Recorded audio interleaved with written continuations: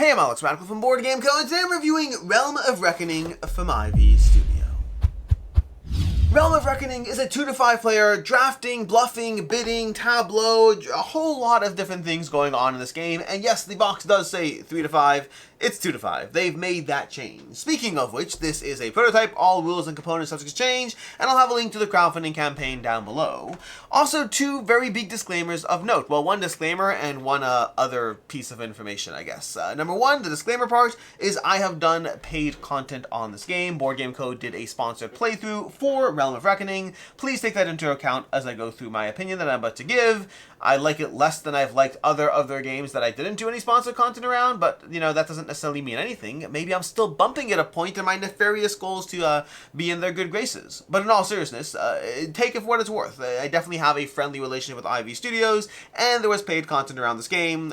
Do what you want with that information. I will still try to be as fair as possible, and hopefully hopefully you've seen that over enough videos. Outside of that, the second thing that's worth mentioning is I am diving into a slightly new review format. This is not the only video I'm doing it on, but I'm testing out a slightly more experiential review format, less of the what I like, what I don't like, what I can see others not liking, although those will show up in different ways and paces, but more just me talking through my experience in a slightly more general manner with less of a structure. I am curious, I welcome your feedback, whether it's better or worse for you, because your feedback is very important whenever I try out new things. But with that said, oh, and if this is your first video on the channel, thanks for coming here and ignore all that other stuff I said. Well, I mean, the disclaimer stuff about friendly and paid content, that you should definitely not ignore. Anyways, with that said, Realm of Reckoning. Realm of Reckoning is Ivy Studios' newest game. I will give you a very loose overview of how this plays. Again, I've done a full playthrough on the channel. You can check that out. I do a full little overview as well. You can check that out. But the general idea is across 3 rounds of play in this game, you're going to be trying to work your way towards gaining as many points as possible. The way you're going to do that is you have to unlock scoring opportunities through the reckonings in the game. So basically, to kind of dial it back a bit, let's pretend for a second, this is the same example I gave in the gameplay, but it's a good example. It helps give you how to play this game. So before we focus on all the other things, let's focus on this one spot on the board. This spot says you get 12 points if you have the most coins. These are coins. If you have the most coins at the end of the round, you get 12 points. Except you don't actually get 12 points yet, because there isn't a statue in that spot. You need to get a statue in that spot in order to unlock the 12 points for whoever has the most coins. Which means one of two things is happening as a player. Let's pretend you have a lot of coins. Well, then you're incentivized to unlock the scoring in this particular area because you'll get 12 points for having the most coins. The other thing that can happen is someone might unlock this scoring, in which case you are incentivized to be the person who gets more coins. So you can kind of play it from one of two ways. Unlock the scoring potential for the things that you are doing well in, or do well in the things that other players have unlocked the scoring potential for. That's going to happen when you have a reckoning, which is a key thing that happens twice during the round, and then once at the end of each round. And again, there's 3 rounds in the game, which means 9 reckonings, which means 9 of these scoring potentials are going to be placed out, and the 3 that you put out in round 1 will score 3 times, the 3 you put out in round 2 will score 2 times, and the 3 you put out in round 3 will score once. But there's a lot of different things you can do well in. You can get, scoring potential for being advanced in any of the 5 faction tracks, for having points in those tracks. You can have area control in the upper 2 regions, scoring 8 points per region. You can have area control in the bottom 3 regions, scoring 8 points per region. You can have certain symbols. As you draft cards, you're going to be putting different symbols onto your player board over here. And so let's say I have a bunch of these cards. Let's say I have this card over here with those 2 eyes. Maybe I want to unlock the scoring potential for 3 points per closed eye. I won't go through all of these, but you get the general idea. There's a lot of ways to score points. You're trying to find the ways you're good at or become good at in the way people have unlocked the game. Outside of that, the main mechanic in the game is going to be drafting. You're going to be drafting cards each round to play those cards, both for the center ability on the card, which will always be in play, and then tucking that card either to the top of your player board or the bottom of your player board to get these symbols and influence on the top or bottom of the card. These little symbols here are influence that will help you move up these tracks, which are helpful both because you can unlock scoring potential, but also you can trade those in reckonings. During a reckoning, you can trade in a whole bunch of different things, from area control to the various various, influence in a region, to coins. You can trade in things to unlock your votes to try to earn what's on these cards. Because you're going to look at these cards and they give you a reckoning, but then they give you other rewards or punishments as well, and you're trying to bid with the various things you've unlocked in order to get those. So you're trying to balance all of that in the game while trying to ultimately work your way towards those reckonings. That's the core idea of how to play Realm of Reckoning. There's a lot of small things I didn't touch upon, but again, there's a full gameplay on the channel. There's a lot of other channels who have covered this game, so you can find all the information you need. Now we get to talk about my opinion of the game. I like Realm of Reckoning. I like Realm of Reckoning. It is probably my favorite game, not my favorite Ivy Studios game. It is my favorite Ivy Studios game from this genre that I do think they lean into in a lot of their games. And that's the player dynamics. So Ivy Studios is very into player dynamics, which I guess, that's too abstract, but the mind games that you can play with players. Their first and most successful game was Mythic Mischief. I think it's the most successful game in general, but not Mythic Mischief, sorry, Moonrakers. Mythic Mischief is my favorite game from Ivy Studios. Moonrakers is the most successful game and their first one, and it definitely has a lot of player interaction, negotiation, trying to get the players to ally with you. You're doing a lot of trying to play the players. Then there's also Veil's Fate, which again has you trying to play the players, this time with strategic deduction as you try to obfuscate who you're invested in winning, as you kind of control these demigods on the board, but not really revealing what you're actually trying to want to happen, so a lot of, again, playing the players.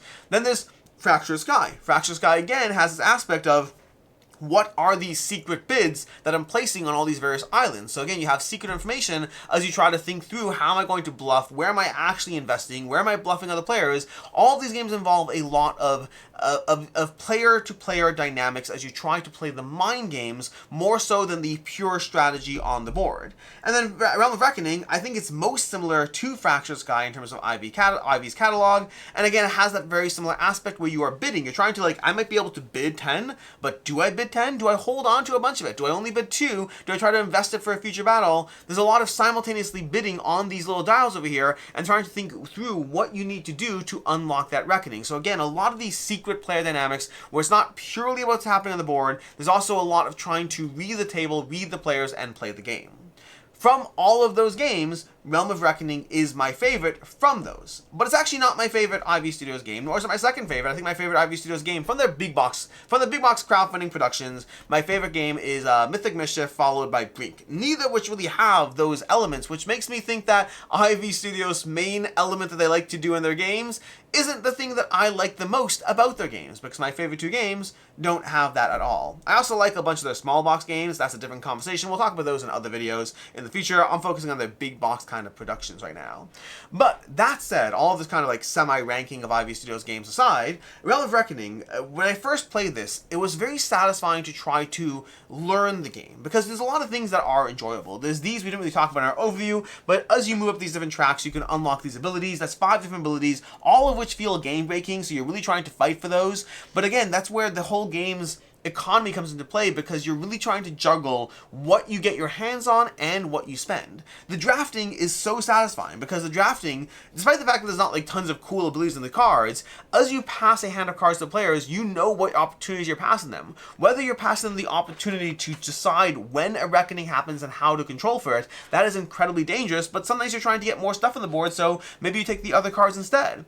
But you're also passing people the cards that are going to give them a choice of where they get more influence, and especially if you're fighting them in those influences, you sometimes have to choose between the ability in the center of the card that you want more versus the card you're going to pass them that's going to help them eclipse you on the track and then get one of those abilities taking it from you. And so there's a lot of control in the drafting that's very satisfying as you go through it. The fact that there's so many ways to bid into a reckoning when it happens, from these cards over here, from these guys, from the actual area control, your people you have in each of these regions, from the coins, there's so much currency going on that you're really trying to figure out what you're leaning into as you play. Again, another thing that will be influenced by these. If you have this one over here, this one's going to give you extra money every time you take money. That's going to give you a lot of economy, both forcing you to consider getting this, but also allowing you to bid more into these various regions, giving you a lot of control that other players don't have because you just have the coins to pay for it. So everything ties together very nicely. It does feel very much like an Ivy Studios game. It's got excellent production, focusing more on wooden chonky pieces instead of metal production, metal shiny stuff.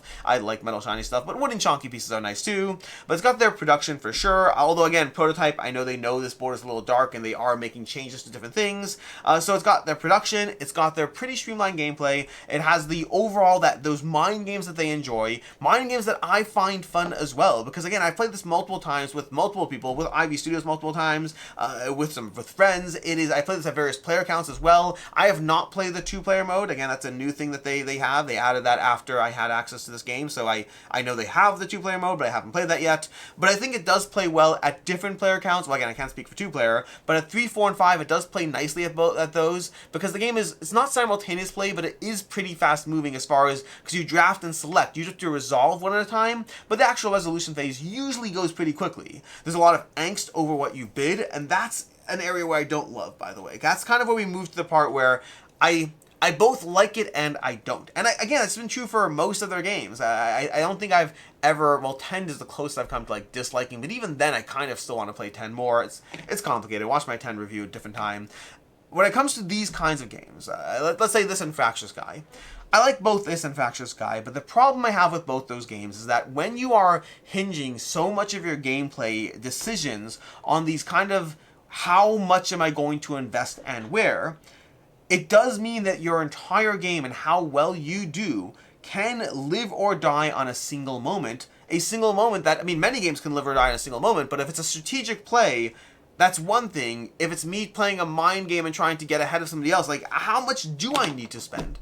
Like, how much do I need to spend? You're making these decisions, these core decisions that are going to determine how well your game goes and will have very, very important impacts. These are not small decisions, and there's not a ton of them. There's only 9 reckonings the entire game, and how you invest in those reckonings, it almost doesn't matter how well. It does matter a little bit, but like half your game is how well you build your tableau, which cards you draft, and how well you just work towards getting stuff the way you would in any strategy game. But then half your game, if not more, hinges upon these core decisions as far as how you spend your resources. And sometimes, like, I've had great games. Like, if you watch, because if you just watch the gameplay, no spoil, I mean, minus spoilers. If you just watch the gameplay, you might be like, oh, you just don't know how to play this little puzzle, so you don't like this game as much. And again, I do like it, but as much is also a key fact there. So if you just watch the gameplay and you're like, oh, well, whatever. But I've won this game. I've done well with this game. And I do find games like this, I sometimes do really well. And I feel a little bad for the players who may have lost because they miscalled what to do in one moment. And sometimes I don't do as well. And I feel like I didn't necessarily play a bad game. I just made one wrong decision as far as what I thought you were going to spend or what I should spend. And the whole entire game can hinge upon that. It doesn't help that all of these games do have these kind of high risk, high reward moments where the correct bluff at the right time as far as what you invest. Again, this is going to be very similar for Fractious Sky, very similar for Realm of Reckoning. If you choose to bluff what you're going to do in a way that pays off, meaning other players overcommit because they thought you were investing and you managed to save a bunch of stuff, that can be the thing that makes the game for you. They overcommitted to stop you and that wasn't where you spent your resources. The flip side is if you call that wrong and they don't overspend, that might be your entire game lost. So they do have these high risk, high reward moments, which in theory is very fun. But also in practice means that I can play this, and it's not that long a game, it's like a 90-minute game, so that is going in its favor. But it does mean that my entire 90-minute game might live or die on a single moment, and a single moment of mind games, not a single moment of a strategic battle where I just played really well, but a singular mind game moment. And I don't think I like that as much in longer experiences. Again, 90 minutes is not super long, but I love mind games and like 20-minute games. You're playing a 20-minute game and I get in your head back and forth. I love that. Half an hour, sure, great. A 90-minute game that lives or dies on how well I play the mind games, I don't think I love that quite as much. All of that is to say that I really like the overall experience that Realm of Reckoning is doing. It is very solid as far as it's streamlined, it is satisfying, you build up your tableau, you watch these things play out. I don't think I've played a single game of this where I didn't actively have fun the entire time. But it does hold back the game a little bit when I'm thinking of like the scale of where a game can be and where it is. I think that these kinds of mind games I enjoy, but the length of this game and the scale of it and how much those can impact things does take away from the experience. Which I guess brings me to final thoughts as well as recommendations and all that stuff. Final thoughts wise, I'll say that this to me is a 4 out of 5. I like this a lot. It is a very satisfying, clean experience. I don't see myself ever really turning it down if you wanted to play it. I like it a lot. I think I gave Fractious Sky also a 4 out of 5, but I think this is a better 4 out of 5. The problem with having a like 0.5 rating scale, there's only so much I can really wiggle with. This is a better 4 out of 5 to me. This is my favorite from Ivy Studios' mind games category of games. Moonrakers is hard to measure because Moonrakers has expansions that make it better. If I'm weighting up Moonrakers base game, Veil of Fate base game, Fractured Sky base game, and Realm of Reckoning base game, Realm of Reckoning is my favorite from those specific 4 games. But it's still coming in at a 4 out of 5. Honestly, after my first game, I wasn't sure this would go because I really had a lot of fun. But then the more I played it, the more, like, I think after my first game, I probably would have given it a 4.5 out of 5. But I don't think it ever would have been a 5. But it would have been a 4.5 after my first game. But that's also why we play games multiple times, to let that initial high. Because I just had a really good game. It was a really fun time. I didn't even win that first game. I didn't win the game I filmed either. But I have won. I have won this game, just not those 2. But I just had so much fun playing it. It was such a good experience. I was like, oh my gosh, that really... It works. It's a clean game. It's really fun and it's really enjoyable. And the more I played it, the more that aspect kept sticking out at me. That when I won, I didn't necessarily feel. When I won, there were times that other players felt like they just made the wrong call, and it's a little frustrating. And then when I lost, I sometimes felt that I made the wrong call, and it's a little bit frustrating, while still enjoying the overall package. So a 4 out of 5. That's my rating as far as Realm of Reckoning. As far as other game recommendations, definitely check out Fractured Sky if you like this. I think they share a lot of DNA while feeling very different. Like, don't let my comparisons to the 2 games get too much. They definitely share a feeling. There's definitely a shared feeling as far as the gameplay goes, but there's a lot, like, there's so many differences to the gameplay experiences. I would say, if anything, if you like Fractured Sky, you should definitely check out Realm of Reckoning, and vice versa. But they also are very much living in 2 different lanes as far as the actual gameplay, so the comparisons I give are very much only about feelings. And then the other recommendation I'll give is the City of Spies, Satriel 1942. That is my favorite game in this genre. In this genre of trying to play mind games with each other. And I think a big part of it is when you play the City of Spies, there's lots of mind games. Lots and lots of mind games. It's a very satisfying experience. But I think that the differential in points is often so much smaller as far as the scale goes. There's a lot more of these little mind game decisions happening. It's not just like 9 key ones. And overall, very often they make a difference in a point or 2 at a time, and so you don't have these large swings in points that can really change or make or break the entire game. In any case, until next time, I'm Alex Radcliffe from Board Game Co. I hope you found this review helpful in some way, and as always, I hope you have a good one.